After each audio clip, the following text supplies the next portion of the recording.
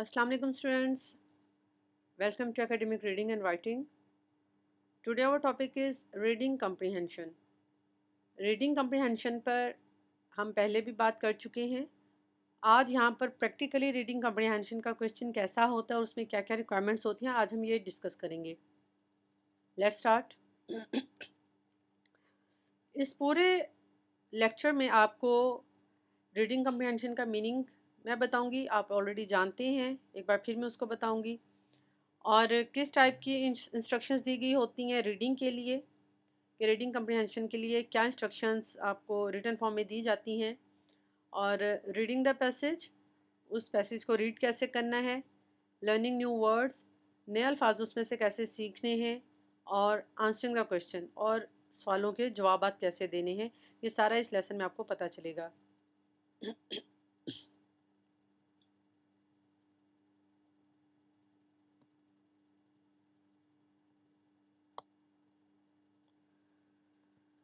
Reading comprehension, understanding the meaning of given article और passage. Reading comprehension का मतलब ये है कि अगर आपको कोई पैसेज या कोई आर्टिकल पढ़ने के लिए दिया गया है तो आप उसके मीनिंग को अंडरस्टैंड करें. कम्प्रीहेंशन का मतलब यही होता है कि आप क्या क्या अंडरस्टैंड करें, आपने उससे क्या सीखा. अब कम्प्रीहेंशन टेस्ट जो होता है उसमें इस तरीके से ये डिज़ाइन किया जाता है कि ये चेक किया जा सके कि ये जो पैराग्राफ हमने स्टूडेंट्स को दिया है उसके वो आइडिया, मेन आइडिया को कैसे समझते हैं और उनमें से पूछे गए सवालात के जवाब किस तरीके से दें. यानी कि अंडरस्टैंडिंग को चेक किया जाता है कि आप जब कोई चीज़ पीस ऑफ राइटिंग पढ़ते हैं तो आप उसको अंडरस्टैंड कैसे करते हैं. उसके लिए जो इंस्ट्रक्शंस दी जाती हैं वो नॉर्मली इस तरह की होती हैं. Students are required to read carefully and answer the questions.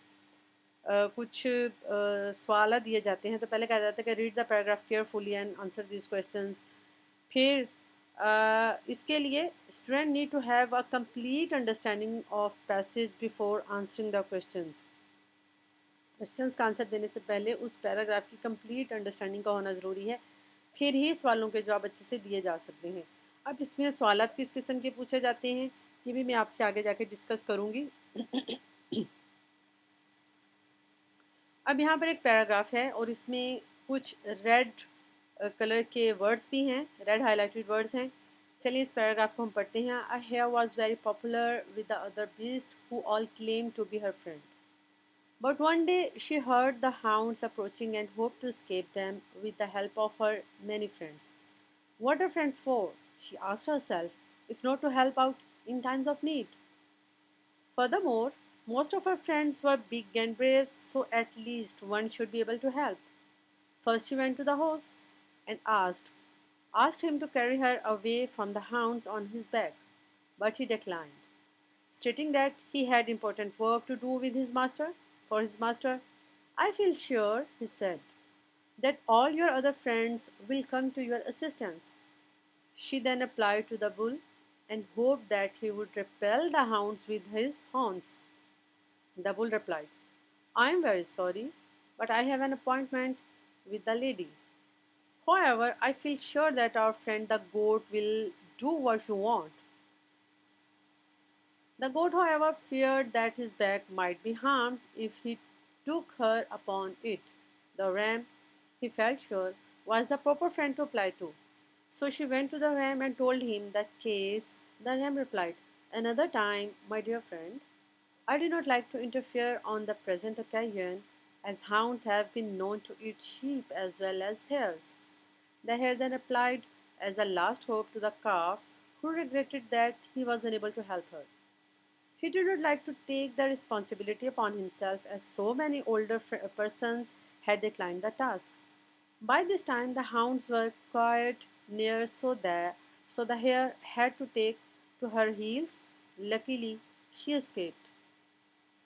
अच्छा स्टूडेंट्स, ये देखने में एक स्टोरी लग रही है और ये एक खरगोश की स्टोरी है जिसको लगता है कि कुछ जंगली कुत्ते आ रहे हैं, शिकारी कुत्ते आ रहे हैं उसको पकड़ने के लिए और उसको खाने के लिए.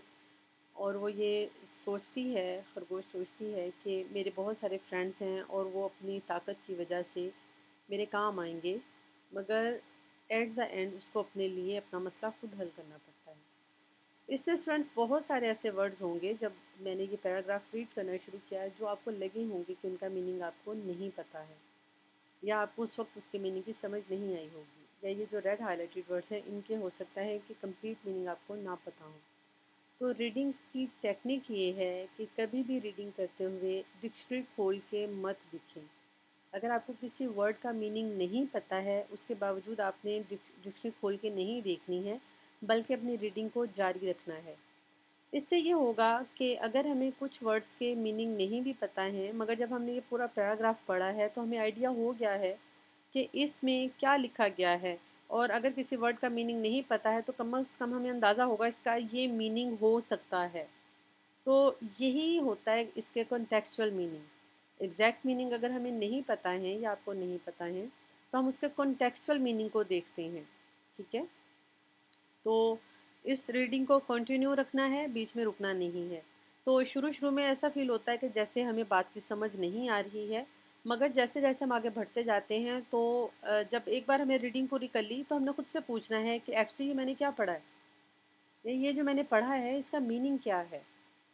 तो मैंने ये पैराग्राफ पढ़ा और इसके साथ ही आपने भी अंदाज़ा लगाया होगा कि ये एक स्टोरी है एक खरगोश की, और उसने कुत्तों से बचना था और वो अपनी फ्रेंड की तरफ गए। शुरू में हो सकता है आपको ये ना पता लगा हो, मगर जैसे आप इसको कंटिन्यू रखा है इसकी रीडिंग को, आपको अंदाज़ा हो गया। अब इसके अंदर डायलॉग्स भी हैं। डायलॉग्स किसके हैं? वो जिस जिस जानवर के पास जाता गया और उनके जो जवाब मिलते गए, वो डायलॉग इसके अंदर इस्तेमाल होते गए। अब हम जब इसको दूसरी बार पढ़ेंगे तो हमें अच्छे से अंदाज़ा हो जाएगा कि ये जो हाइलाइटेड वर्ड्स हैं एक्चुअली इनके अगर हमें एक्चुअल मीनिंग नहीं पता तो कम से कम इसके हमें कॉन्टेक्चुअल मीनिंग ज़रूर पता होंगे। अच्छा, इन हाइलाइटेड वर्ड्स के या तो सेंटेंसेस बनाने होते हैं या फिर इनके मीनिंग बताने होते हैं, ये इसलिए हाईलाइट किए गए हैं। तो अब हमें इनके एग्जैक्ट मीनिंग तो नहीं पता, तो अगर हमें एग्जैक्ट मीनिंग नहीं पता और हमने कोई इसका सेंटेंस बनाना है या फिर हमने इसका कोई मीनिंग देना है, तो हम एक और चीज़ देखते हैं। हम देखते हैं सेंटेंस का स्ट्रक्चर। ठीक है, सेंटेंस स्ट्रक्चर में हमें पता है कि अगर हमें हमारी सेंटेंस राइटिंग अच्छी है तो हमें पता होता है कि कौन सा पार्ट ऑफ स्पीच किस जगह पे इस्तेमाल होता है। सबसे पहले सब्जेक्ट आता है, a hare was very popular with the other beasts who all claimed to be her friend. ठीक है, आ हेयर, हेयर मतलब है कि कोई नाउन है। ठीक है, वॉज वेरी पॉपुलर क्योंकि ये टॉपिक सेंटेंस यानी कि ये हमारा सब्जेक्ट है, तो सब्जेक्ट हमेशा एक नाउन होता है। तो विद अदर बीस्ट, अगर हमें बीस्ट का मीनिंग नहीं पता तो इन्होंने who all claimed to be her friend. तो खरगोश एक जानवर है तो बीस्ट का मतलब भी एक जानवर होगा। और आपको ये भी पता है कि नाउन होता है और नाउन के साथ ही हम हु का वर्ड इस्तेमाल करते हैं कि टू बी हर फ्रेंड। तो जैसा हेयर है वैसा ही ये बीस्ट होंगे। वैसे तो बीस्ट को हम खूनखार जानवर कहते हैं, जंगली जानवर कहते हैं, मगर फिर भी अगर आपको इसका एग्जैक्ट मीनिंग नहीं पता तो हम इसको ये कम से कम लगा सकते हैं कि हेयर की तरह जंगल में रहने वाले कुछ जानवर होंगे, क्योंकि ये बीस्ट्स है यानी कि ज़्यादा जानवर हैं और ये फ्रेंड होने का दावा करते हैं। ठीक है, अब but one day she heard the hounds approaching and hope to escape them with the help of her many friends। अच्छा, escape क्या है? hoped to escape, hoped है उम्मीद करना क्योंकि ये वर्ब है, और टू escape भी एक वर्ब है जब ये मगर ये टू के साथ लग जाता है तो ये एक नाउन बन जाता है। मगर यहाँ पर हमने चूँकि सिर्फ escape को हाईलाइट किया हुआ है तो ये होता है भागना। escape them to with the help of her many friends, escape का मतलब है बच जाना अपने फ्रेंड्स की मदद से। हाउंड्स जो हैं वो खूनखार हैं और उसको पकड़ने के लिए आ रहे हैं। तो इस तरह देखते देखते हम ये देखते हैं कि he said that all your other friends will come to your assistance. तो यहाँ पर जो असिस्टेंस है, यहाँ पर ये एक नाउन के तौर पे इस्तेमाल हो रही है। असिस्टेंस किसे कहते हैं? हम किसी को असिस्ट करना, किसी की मदद करना। ठीक है, तो हमने जब इसके जुमले बनाने हैं तो हमने देखना है कि ये किस सेंस में पूछा गया है। अगर तो ये टू escape था, अगर ये टू इसके साथ होता ये, तो हमने इसको एज नाउन इसका सेंटेंस बनाना था। मगर यहाँ पे सिर्फ escape है तो हम इसको एक वर्ब के तौर पे इसका मीनिंग देंगे या इसका सेंटेंस बनाएंगे। असिस्टेंस यहाँ पर एक वैसे तो ये वर्ब है मगर यहाँ पर इसको नाउन के तौर पे लिया गया है और हमने नाउन के तौर पे करना है। Well, and hoped that he would repel the hounds. अब वुड के साथ आपको पता है कि वर्ब लगता है, फर्स्ट फॉर्म ऑफ वर्ब लगती है तो रिपेल का मतलब है कि दिस इज़ समथिंग एक्टिव, कोई एक्शन वाली बात है। और अपने सींगों की मदद से वो क्या करेगा, रिपेल होता है दूर भगाना। तो ये एक वर्ब है, तो हम इसका मीनिंग यहाँ से समझ आते हैं कि वो भी भाग रहा है और जगह जगह जा रहा है। तो यहाँ पर भी रिपेल का मतलब ये होगा कि बचाने में, जैसे एस्केप है या मदद करना है, तो रिपेल भी कुछ इसी तरह का वर्ड है जो उसको बचाने में मदद देगा। डबल रिप्लाइड, ठीक है, have an appointment with a lady. तो अपॉइंटमेंट यहाँ पर वर्ब के तौर पे भी इस्तेमाल हो सकता है और नाउन के तौर पे भी इस्तेमाल हो सकता है।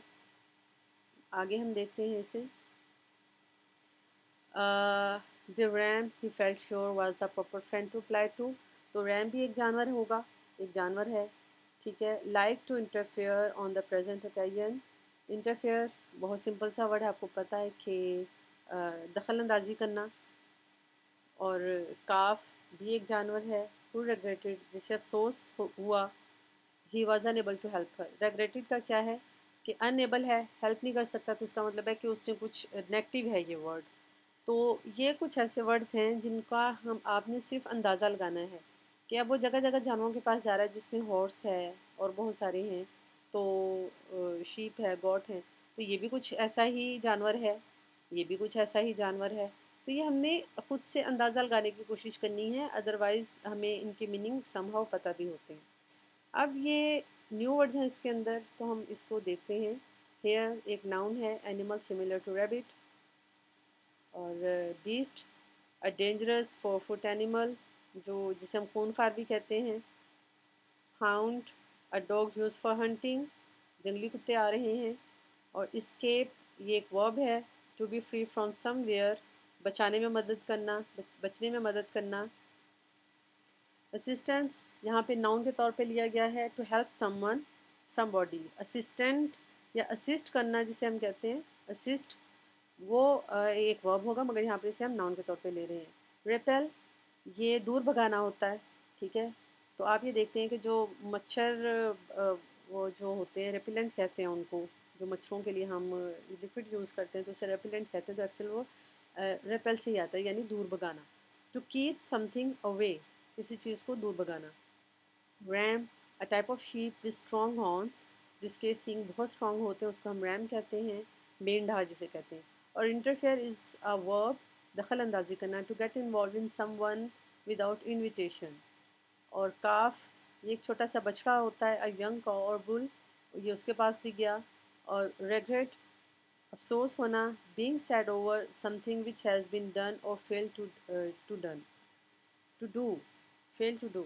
तो अ, किसी भी बात पे अफ़सोस का इज़हार करना। अब आती है बारी क्वेश्चन एंड आंसर की। तो मीनिंग किस तरह से हमने बताने हैं, अगर आपको ऑलरेडी पता है कि वो कौन सा पार्ट ऑफ स्पीच है तो उसके आगे आप इसे मेंशन कर दें, अदरवाइज़ इसकी भी ज़रूरत नहीं होती है, बल्कि साथ में सिर्फ आपने मीनिंग दे देने हैं या फिर उसका सेंटेंस बना देना है।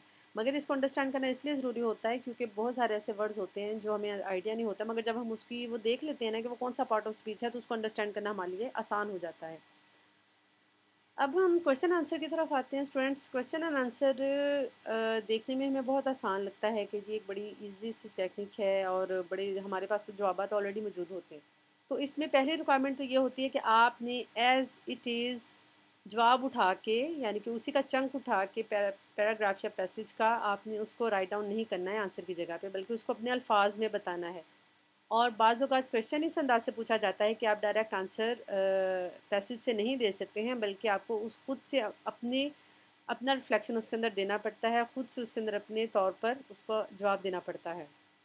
और क्वेश्चन आंसर बाज़ औक़ात हम बिल्कुल ऑपोज़िट दे देते हैं क्वेश्चन का। वो कैसे जी? हमारे सामने पैसेज है और हम उसका जवाब ऑपोज़िट दे रहे हैं, ये कैसे हो सकता है? एक इन्फॉर्मेशन वो होती है जो हमें दी गई होती है और एक इन्फॉर्मेशन वो होती है जो दी तो नहीं गई होती, मगर वो हमसे पूछी जाती है। वो कैसे? चलें, ये जो अभी हमने इसको देखा, ये एक स्टोरी थी। ज़रूरी नहीं है कि आपको स्टोरी आए। एग्ज़ाम में आपको कोई इन्फॉर्मेशन भी दी जा सकती है, जस्ट लाइक अनएम्प्लॉयमेंट या लिटरेसी रेट इन पाकिस्तान। तो आप वहाँ पे देखें कि अगर आपको ये बताया जाए कि पाकिस्तान का लिटरेसी रेट 60% है, यानी कि पढ़े लिखों की तादाद 60% है, और आपसे फिर ये सवाल पूछा जाए कि पाकिस्तान का इलिटरेसी रेट क्या है, तो इलिटरेसी रेट एक्चुअली आपको नहीं बताया गया और आपने लिटरेसी रेट पढ़ा और आपने क्वेश्चन पे ध्यान नहीं दिया और आपने उसको 60% कर दिया है, तो आपका जवाब गलत हो जाएगा। क्योंकि जो 40% रिमेनिंग हैं वो एक्चुअली इलिटरेट पीपल हैं, वो इलिटरेसी रेट है। तो यहाँ पर क्लियरली बताया तो नहीं गया कि इलिटरेसी रेट 40% है, मगर जो हाफ इंफॉर्मेशन दी गई है इसका मतलब ये है कि what ever is remaining is the answer of that question. तो बहुत सारी ऐसी इन्फॉर्मेशन जो हमने अपने तौर पर अखज़ करनी होती है, उसके जवाब भी हमें बड़े केयरफुली देने पड़ते हैं। तो क्वेश्चन और आंसर के लिए बहुत ज़्यादा कॉन्फिडेंट होने की ज़रूरत नहीं होती है, बल्कि क्वेश्चन को समझना बहुत ज़रूरी होता है। क्वेश्चन को एक बार मत पढ़ें, एक बार पढ़ें, 2 बार पढ़ें, 3 बार पढ़ें, इसको थोड़ा टाइम दें। अगर आपको क्वेश्चन अच्छे से समझ आ गया तो उसको आंसर करना बहुत ईजी हो जाता है, मगर अगर आपने क्वेश्चन को अच्छे से अंडरस्टैंड नहीं किया तो आप जो भी आंसर देंगे उसमें हमेशा डाउट ही रहेगा। अब यहाँ पे क्वेश्चन नंबर 1 देखते हैं, which of the following is not true about hair. अब यहाँ पर ये नहीं पूछा कि कौन सी चीज़ है जो हेयर के बारे में सच है, बल्कि ये पूछा है कि कौन सी ऐसी बात है जो हेयर के बारे में सच नहीं है। She knew she was popular in jungle, ठीक है। She assumed friends were there to help, most of her friends were big and strong. Her friends had promised her help whenever she needed it. She had a wide range of friends. तो इसमें कौन सी चीज़ है जो इसके बारे में ठीक है? ठीक है, ये सारे उसके अपने प्रिजम्पशंस थी। एक तो she knew she was popular in jungle, उसको ये मालूम था कि वो जंगल में पॉपुलर है। ये इसके बारे में सच नहीं था क्योंकि लोग इसकी हेल्प करने को तैयार नहीं थे। तो ये एक इसका राइट आंसर है। What did horse say? Horse ने क्या कहा? I am not healthy. I have an urgent work for my master. I have an appointment. I do not want to get involved. तो हमें पता है कि हॉर्स ने क्या कहा था, I have an urgent work for my master. A suitable moral for this story would be, अब ये आप ये देखें कि इसके अंदर आप अपना रिफ्लेक्शन दे रही हैं। यहाँ पर मोरल दिया गया है और आपने इसको खुद से बताना है कि कौन सा मोरल ज़्यादा सूटेबल रहेगा। Never rely on your friends in a time of crisis, अपने फ्रेंड्स के ऊपर एतबार मत करें। Popularity does not mean friendship, popularity का हरगिज़ मतलब ये नहीं है कि आपकी फ्रेंडशिप भी उतनी ही स्ट्रॉन्ग है। Friends does not exist among animals, animals के दोस्त ही नहीं होते हैं। In a time of crisis you discover who you true friend are, और मुश्किल के टाइम पे पता चलता है कि आपका कौन दोस्त है। तो अब चूँकि उसको गलतफ़हमी थी कि मैं पॉपुलर हूँ और लोग मेरी हेल्प करेंगे, अगर उसे ये गलतफ़हमी थी भी तो popularity doesn't mean friendship, friendship is something different. तो ये वाली स्टेटमेंट ज़्यादा सूटेबल है। सो स्टूडेंट्स, ये एक बहुत सिंपल सा एक छोटा सा पैराग्राफ था जो मैंने आपको यहाँ पर सॉल्व करना सिखाया just for the sake of your information. मगर आपका जो सेंटेंस होता है वो आपका इससे ज़्यादा कॉम्प्लिकेटेड होता है, मुश्किल होता है। तो स्टूडेंट्स, अगर आपको किसी बात की नहीं समझ आई हो तो आप इसी क्लास के प्लेटफॉर्म पे मुझसे पूछ सकते हैं। Thank you very much.